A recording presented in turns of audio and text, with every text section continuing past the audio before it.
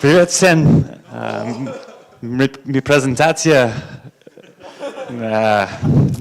I actually don't have any more Russian than that. So, but anyway, so I work for Docker, and about 6 months ago, we really confused everyone by announcing the Moby Project, and so the first little bit of this talk, I'm going to try and deconfuse that. So basically, this was the idea is to separate the monolith is the phrase I think they used when they announced it. The idea is Docker is this giant project consisting of Swarm and all this other stuff, and really what most people are interested in the container runtime or the command line or the daemon or something. And so the idea of the Moby project is to sort of separate all of these things. So you have the Swarm kit, Linux kit, all of these various projects that Docker is building. Then you have a tool to join them all together, and out of that you get the Docker products, the community edition, which is the open source version, and then the enterprise edition, which is the sort of the thing that we sell. And so the idea here is the inputs will be separate. So the command line will be a library, the Swarm kit will be a library. All of these things will be developed as independent open source projects. And that's sort of all under the Moby project umbrella. And then the Moby tool will be used to join this together, and ultimately you, the user, still use Docker as just the command line. There will never be a Moby command line that comes and replaces Docker. There is a Moby tool, and I'll demonstrate that in a little bit, but it's slightly different. Just to say this another way, this is about the project versus the product. So the projects are all the Moby stuff, this libswarm and whatever, and the product is Docker itself. So just to give you a little example, one of the things that you can build with the Moby tool is your own version of Linux, this through LinuxKit. So this is, there's some kernel and, you supply some init, some container runtime stuff, the certificates you're interested in, and then it builds you a Linux. So you take this YAML, you put it into Moby, and you get a LinuxKit instance out. So just to show that really quickly, so I guess you can see this. We'll do, so first I have a LinuxKit YAML that basically was the same that I just showed you, and so it does some things, reads the images and does whatever it does, and then combines them all together into one big Linux, which hopefully will happen. I think it's pinging the network, and maybe the ping time from Russia is not so good to the US. Yeah. It should be.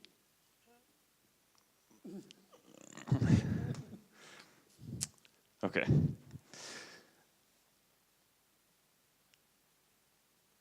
Oh, come on, there we go. All right, so now I can then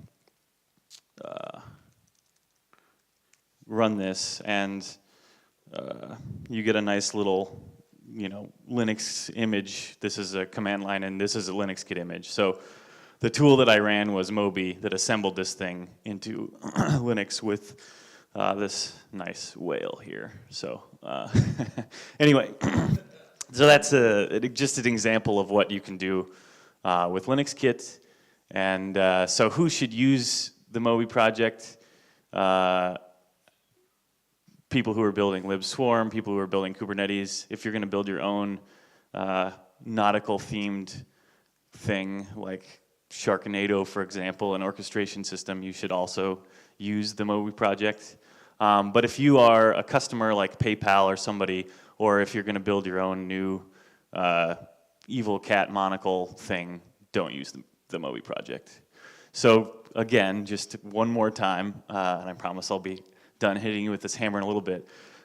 If your product is a Docker image, meaning you're writing an application, you basically don't have to pay attention to the Moby project. You will still just use the Docker product. But if your product is a container runtime, or you're building some other tooling around containers, then that's when you should pay attention to the Moby project. Okay, so that's just the Moby project clarification, and people like container escapes, so I figured I'd spend the whole rest of the talk showing you about container escapes because that's more interesting. So, and here's some pictures of some cats falling because it's funny. I guess, yeah. So in particular, I'm going to focus on the mount syscall. Also, there's in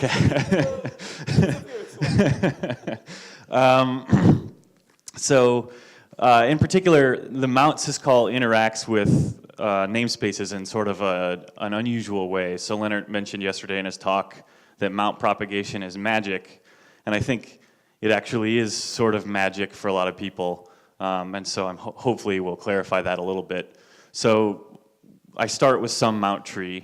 This is my host, file system, and then I do a clone or an unshare, and those, create a new mount namespace, which basically you get a new copy of the tree when you do that. And this one's in red, and I will continue to use red.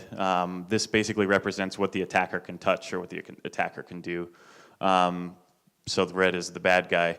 But basically, the attacker gets his own copy of the tree. And in particular, mount has some flags, this fourth argument. You can pass, among other flags, you can pass private, slave, or shared. And these are the flags related to mount propagation. And this is the stuff that Leonard was talking about that's sort of black magic. So the first one is the most straightforward, which is private. And that basically functions exactly like you would expect when you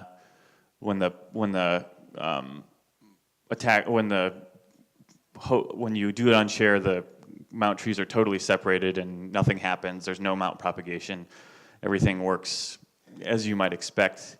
The slave propagation, basically, if the host on the left does some mount, that's then propagated into the container's mount namespace.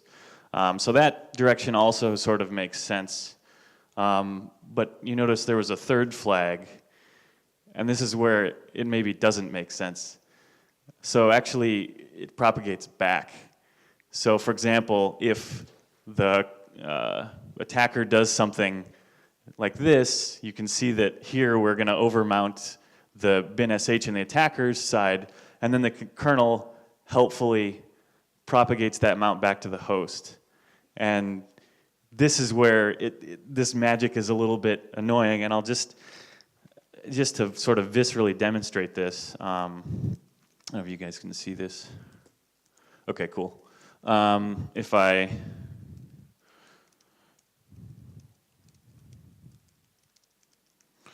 So I have a evil script here that says hello. And so if I do a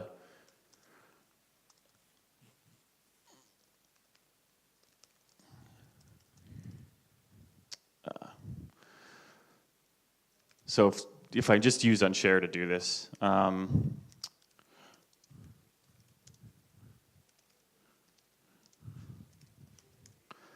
so now I've done this trick, and I do ls, and it says hello.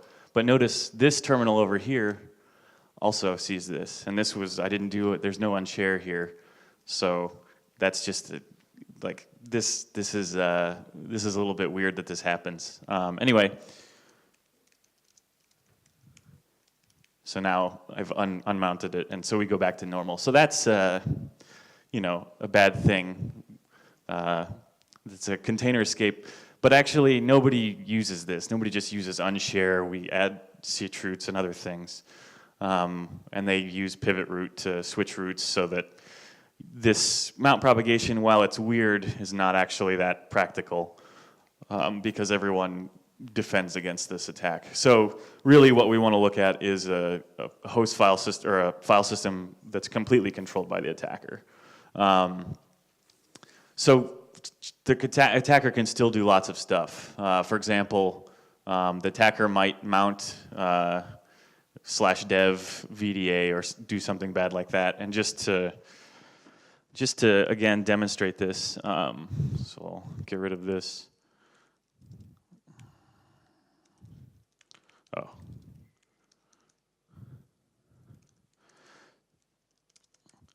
So I have here the scariest Docker command ever, which is, you see that there's, privileged, add all the capabilities, don't confine it with SetComp, don't confine it with AppArmor, let it access all devices for everything.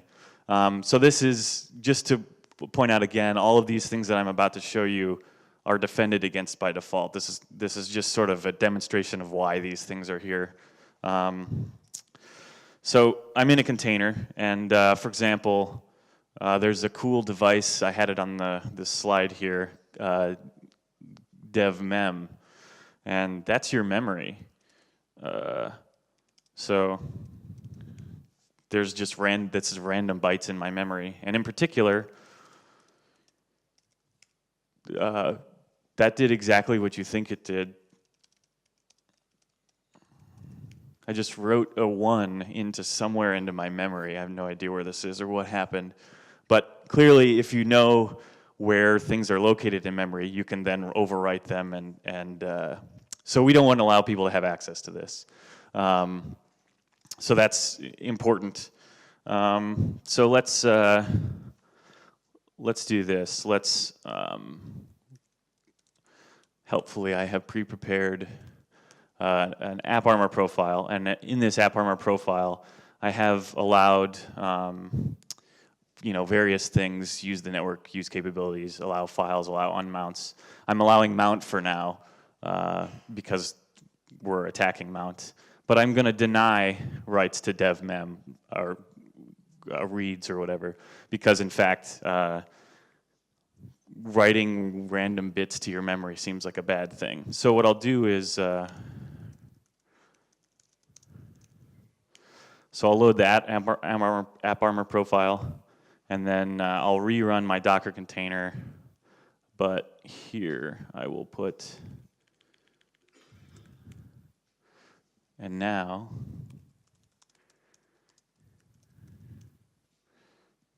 if I type the right thing, I get a permission denied error. And so the AppArmor profile is now defending against writing to devmem. Yay, we can all go home and be happy. Except that's, again, like I said, not the only way. You could potentially also do something more nefarious, like, so if I, oops. Hang on.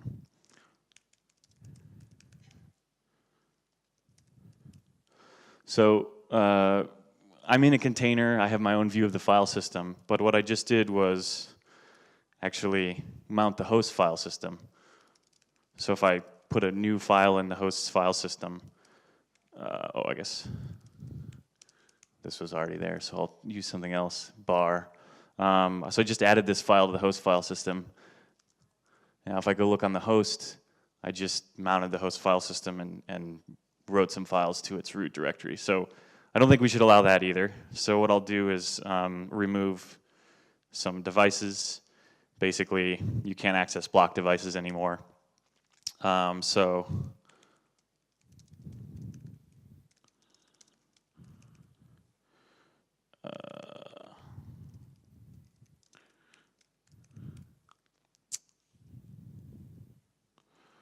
If you get all your commands right, uh-oh, what did I do? Something bad happened.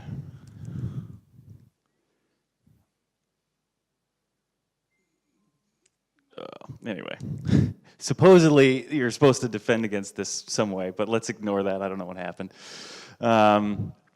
So I showed this right, and I guess I'm going to start building the policy. So I should just point out there's a GitHub URL there. You can find it in the slides. That's has all this policy that I'm doing and all these commands. There's another thing that you can do. So I've disallowed the first thing that I did was disallow the right to devmem, but also AppArmor is path-based. So instead of doing that, I can do something like this, where I, so if I,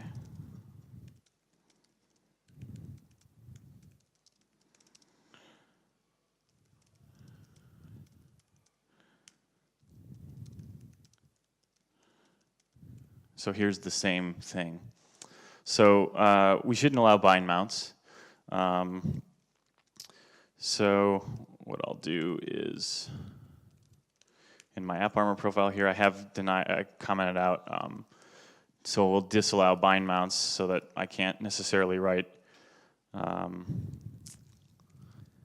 And also, basically, I'm just saying here, this line says, okay, I can mount everything else, but just not do a bind mount of dev.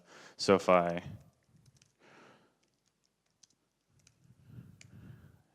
do this again,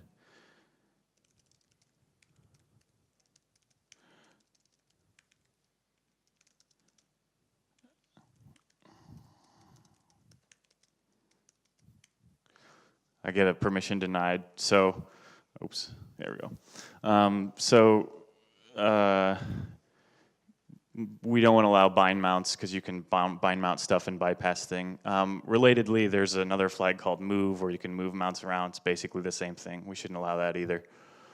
There's another question about should we allow block device mounting? The answer is actually no, because if you think about, and unfortunately I can't demonstrate this one because I would need to have an actual kernel exploit, but if you think about if I'm the host and I expose a block device to the container knows about some bug in the thing that parses the file system. It can write bad data to that thing, request the kernel to mount that block, that the kernel, then the bug is exploited, and now all of a sudden you're running code in the kernel, which is bad. So you can't even really allow block device mounts, or if you do, you want to make sure that the block device has never been exposed to an untrusted user. So there's also make node.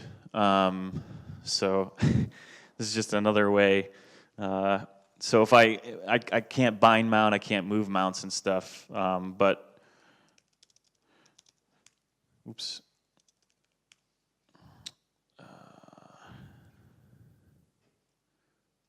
What? What did I just do?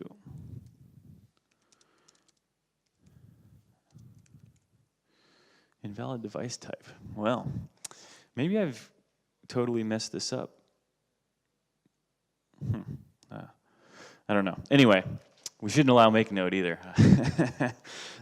So this kernel doesn't, but you can do make nodes. So there's some other interesting stuff you can do with mount. For example, you could just mount your own copy of tempfs. So what I have now, a lot of people have talked about these pseudofile systems. Dev is an example of a pseudofile system, and so if you look in here, you see lots of interesting things. So suppose my AppArmor profile denies writing or mounting all of this and bind mounting, and this is all secure. So if I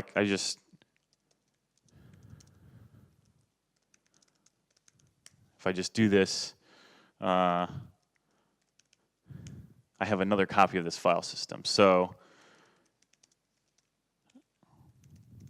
while I can't read this one, I can read this one. So again, just to protect against this, I'm going to add these to my AppArmor profile. And it's worth noting that it's not just dev that has interesting things. If you use the kernel's debugfs, proc has some cool stuff.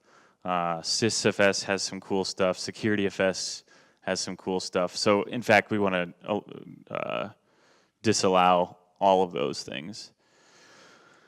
So now if I try this trick again,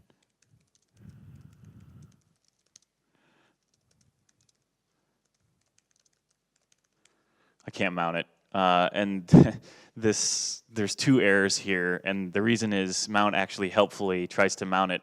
It tries the first time to mount it read-write, and then realizes it can't do that, it gets an EPERM, so then it tries to mount it read-only. So that's why you see two errors there, just a little bit of mount weirdness. So that's another interesting attack. But if you look, oops, here we've exposed a lot of devices, and we really don't necessarily want to do that either. So there's another flag here that I've passed that we don't necessarily need, which is the privilege flag. And so if I remove that again, now this is, so Leonard gave a talk yesterday where he described a systemd option where you can restrict devices. And most container engines, I think all container engines do this by default. And this is what he's talking about, where if you expose the whole device tree, you have access to all these things. You see in particular, so I was playing with devmem, but there's kmem here, and K stands for kernel, and that's exactly the same thing that's your user memory, except you can write to arbitrary locations in the kernel. So that's really bad. So you definitely don't want that one exposed either. So there's just a lot of things in here that are very dangerous, and so it makes, I think, a lot of sense what Leonard was saying about, restrict these devices. Container engines do this, and here are sort of the ones that are provided, and these are ones that are, get some randomness. Dev0 only outputs zeros. So these are like, people use these in scripts to do various things. So, and they're harmless from a security standpoint. So container engines do a lot of stuff in terms of just restricting these devices so that you can only do a few. You can only have a few. You can only see a few things in the tree. Okay, here we go. So anyway, so I showed mounting your own file system. There's some other flags. So mount has no SUID, no exec. Mount things read only. These flags are also security related. Sometimes you want to mount a file system but not allow people to execute stuff from that file system. That's the no exec bit. But anyway, these also, the kernel has some protection for these. So in particular, if you are attacker inside a container and you're provided a file system and you try and remount it, by default, you can do that. But if you're in a user namespace, you get a permission error. And the reason is exactly because of this thing where you don't want people to all of a sudden be able to remount a file system read-write instead of read-only or something. So the kernel does do some of this stuff for you as well, but it's worth noting that we do a lot of stuff in user space as users as well. So there's a lot of things here. So what if you say, okay, screw this, let's just write a runtime policy. We can use SetComp to filter syscall arguments and stuff. We can decide which kind of mounts we want to allow. That sounds really good, except for there's a time of check, time of use, or talk to issue with that. And the issue is that syscalls are not atomic. So in particular, what that means is if I have a string to a pointer and I do a mount somewhere, the SetComp policy runs, and then after that, the kernel does the mount itself. And the problem is that the attacker in between can change this pointer. So before, the SetComp policy would have decided, okay, this is safe, now I change the pointer, later in the syscall, the kernel actually does the mount, and you have bad things happening.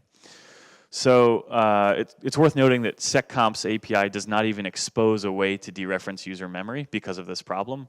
But basically, you can't use SetComp to do stuff like this. And just another example of this concept that syscalls are not atomic. There was a CVE in Run-C about a year ago now or something. And this is just an interesting look at the same sort of problem, which is if the container, the way that people set up exec into a container, so if you like do a Docker attach to a container, the way that that's actually set up is it used to open a path to some sensitive data. I think this was var lib docker, and then set this dumpable flag, which basically has the effect of you can't ptrace the task, and there's a few other security checks. And then it would set ns to the container and then exec bin sh. The problem is in the last system call, it actually goes into the kernel and does the exec. It clears this dumpable flag, namely disables all of these security protections that it tried to defend against. And then it does the close on exec flag. So you see here in the first line, I open this thing, close on exec. So the assumption is, okay, I'm doing an exec, all the file descriptors are closed. But of course, syscalls are not atomic. These two don't happen at the same time. And again, if I'm an attacker, I can open this sensitive file descriptor, and this one of the things that the dumpable flag protects against is exactly this open call. But there's a small window here, which is racy, where you could actually get access to this sensitive data from inside the container, and so that was a problem. Yeah, it is fixed. So this has been fixed both in we handle this differently in user space, but also the kernel has these reordered basically. But it's just interesting to note that this thing about syscalls are not atomic. There's a lot of reasons that,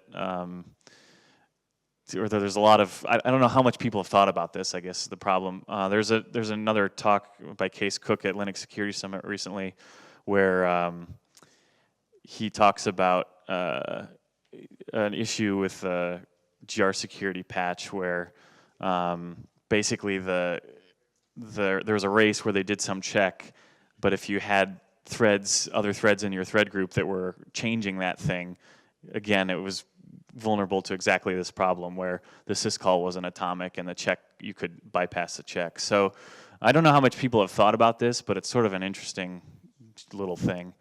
There's some other interesting bits in proc that containers, you know, are interested in, and you could use to poke around. So there's some listed here. The last bullet point is what's called Yamma, and this is like a Linux security module that basically does one thing, but it's actually quite useful for containers. The one thing that it does is it protects against ptracing tasks that are owned by your user ID, but are not children of you.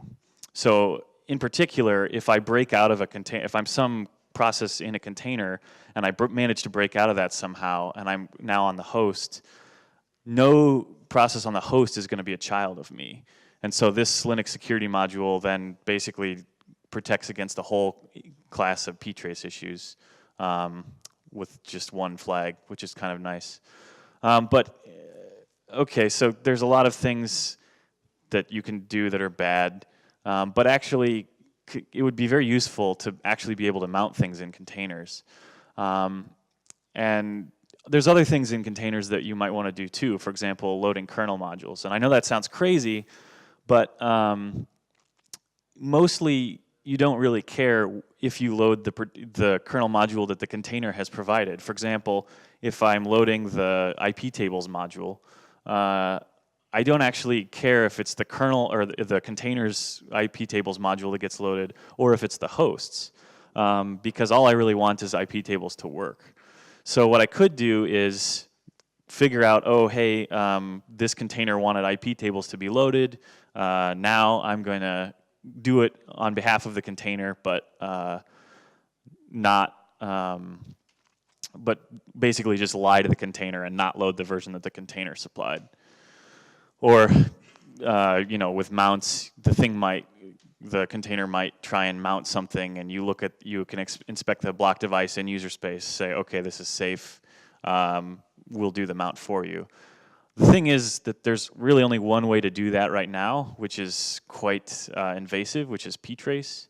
And so there's a few problems with ptrace, but basically one is that means the container itself can't use ptrace. If you've ptraced every task and you're looking at all of its syscalls, if somebody wants to try and debug this thing, if the runtime attaches, then you can't attach, and so it's harder to debug stuff. So another way to do this would be through SetComp, and so actually I have a patch set to do this that I'm working on.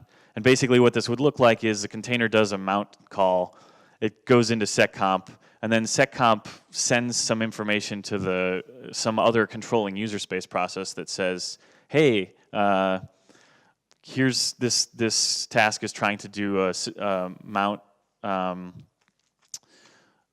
You should do whatever you want to do on behalf of that task. And so I actually have a kernel running that, and I can demo that, but I think it's probably more interesting to open the floor for questions because I just got the 10-minute sign. So does anybody have any questions? I can keep going, but I suppose you people have other things you're interested in. Yeah.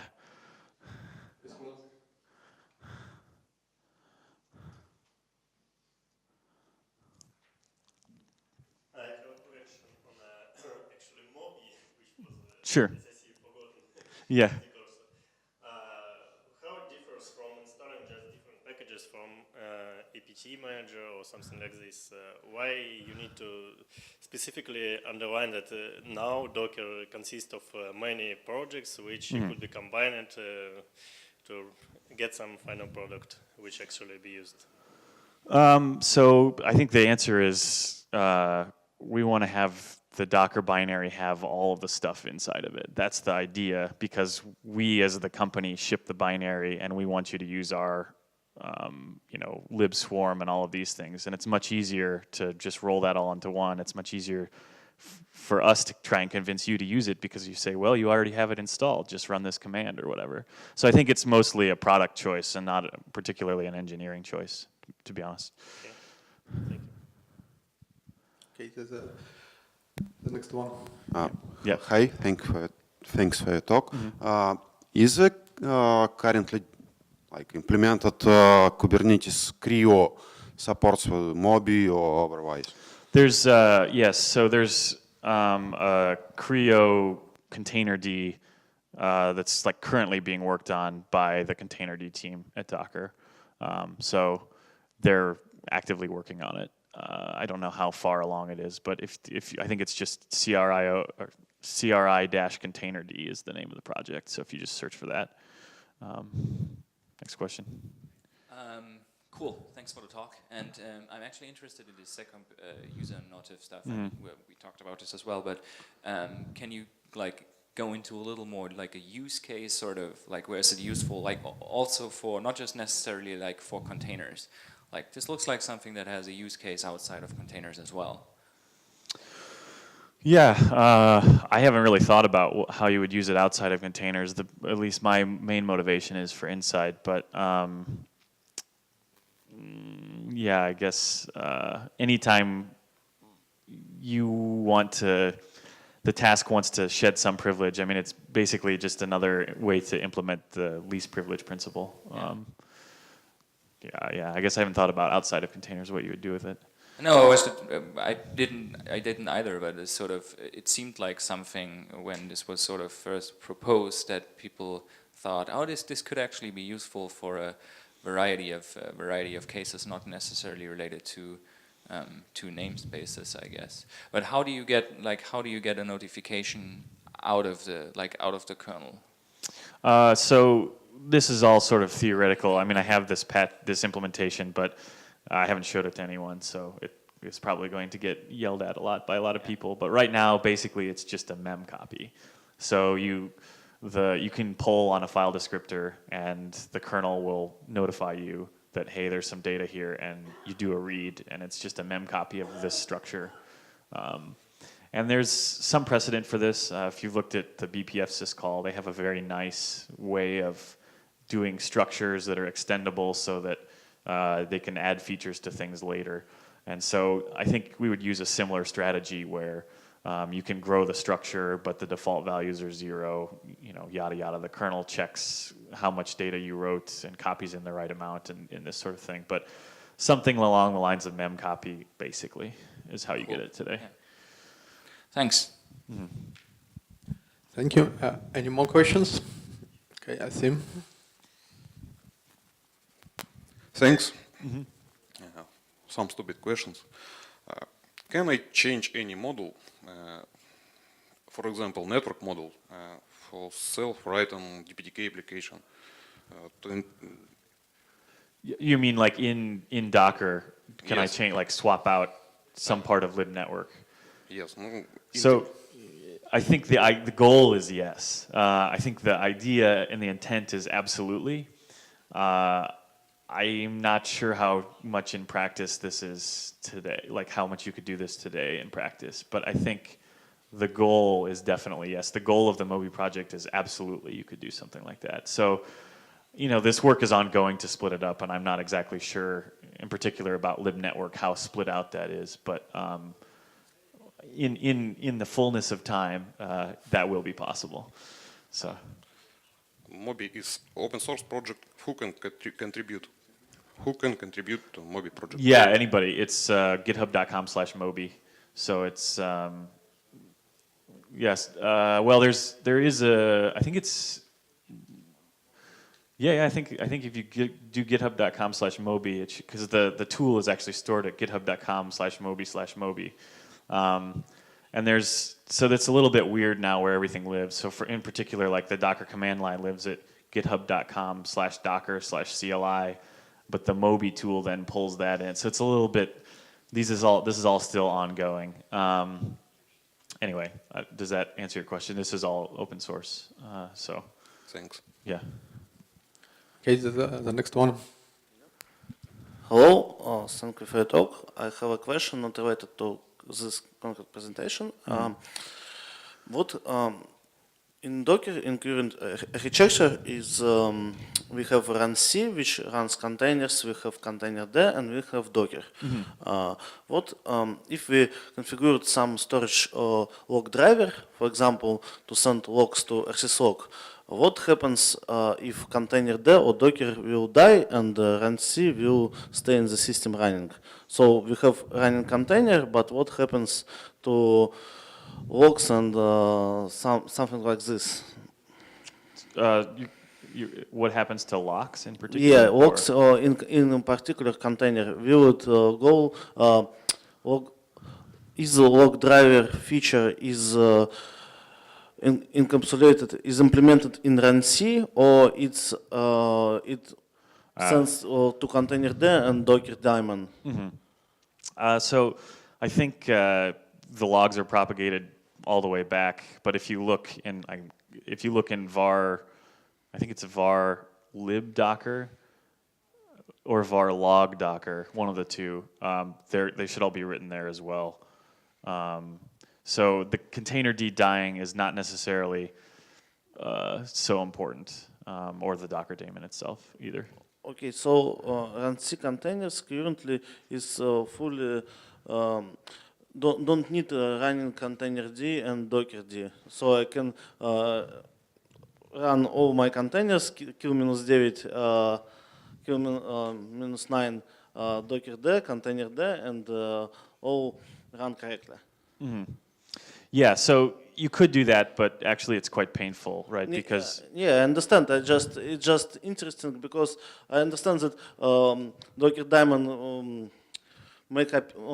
is useful for IP calls and so on, but it's interesting what happens to application when everything dies.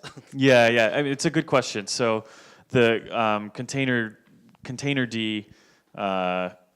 I actually don't know what happens to containerd. I think in the systemd unit we probably restart it, but I'm not sure. They will keep running, basically. The issue is that the you know, Containerd and all of these provide a lot of other facilities that may not necessarily work anymore. But, you know, the thing died, so. Okay, thank you. Next questions? Okay, looks like we don't have any more questions. So it's a question to you. What is the best one you receive here? I don't know. It's about T-shirt. Yeah. It's hard to say. But still. Does anybody really want a T-shirt? Like this guy raises his hand first. Okay, Yes. okay. This is my favorite question. We'll change a little bit procedure, so we'll give this right now. L or S? I think L. Okay, just applause a little bit. Okay.